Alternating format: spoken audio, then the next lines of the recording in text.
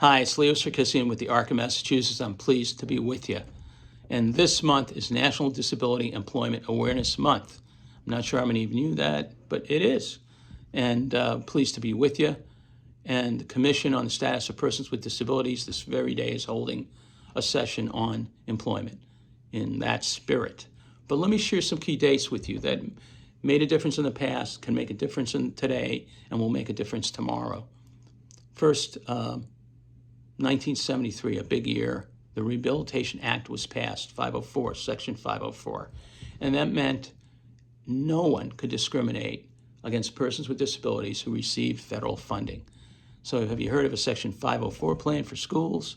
If you got federal funding in a hospital or anywhere else, you no longer could discriminate. And it set the tone for future advances, including in 1990, the Americans with Disabilities Act.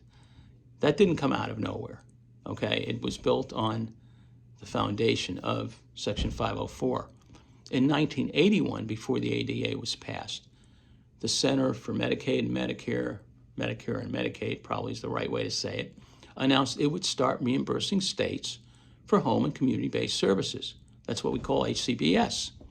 And it's especially important for our community, for people with intellectual disabilities and developmental disabilities, because guess what? It resulted in Massachusetts, a high economic state, for 50 cents on the dollar for all these homes that had been built in recent years as part of the consent decrees and deinstitutionalization.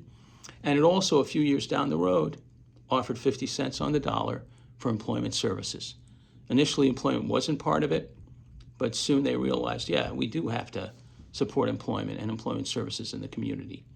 So big move, and it allowed funding for public agencies in different states to do this work. And then finally, in 2013, the Blueprint for Success, a statewide big date, because the Department of Developmental Services, ADDP, and the ARC worked together to announce and build a blueprint to make sure more people got employed than were being employed, and also a brand new day program that was called Community-Based Direct Supports, which meant people would not just get day services in a big setting somewhere away from people, but they would get some level of exposure in the community, resumes, work readiness, visits to sites, in addition to getting employment opportunities. So even if you couldn't work full-time, you'd get some opportunities for part-time, and you'd be trained during the day supports to have a more inclusive life. Who wouldn't want that? To be around other people and be part of the rhythm of life. So anyway, these are some key dates for employment, including day services, I wanted you to have. I want us to remember we can work together and make a difference. These policies don't come from just space. It comes from hard work, and it comes from grassroots involvement. So let's do that together and make it happen. Take care.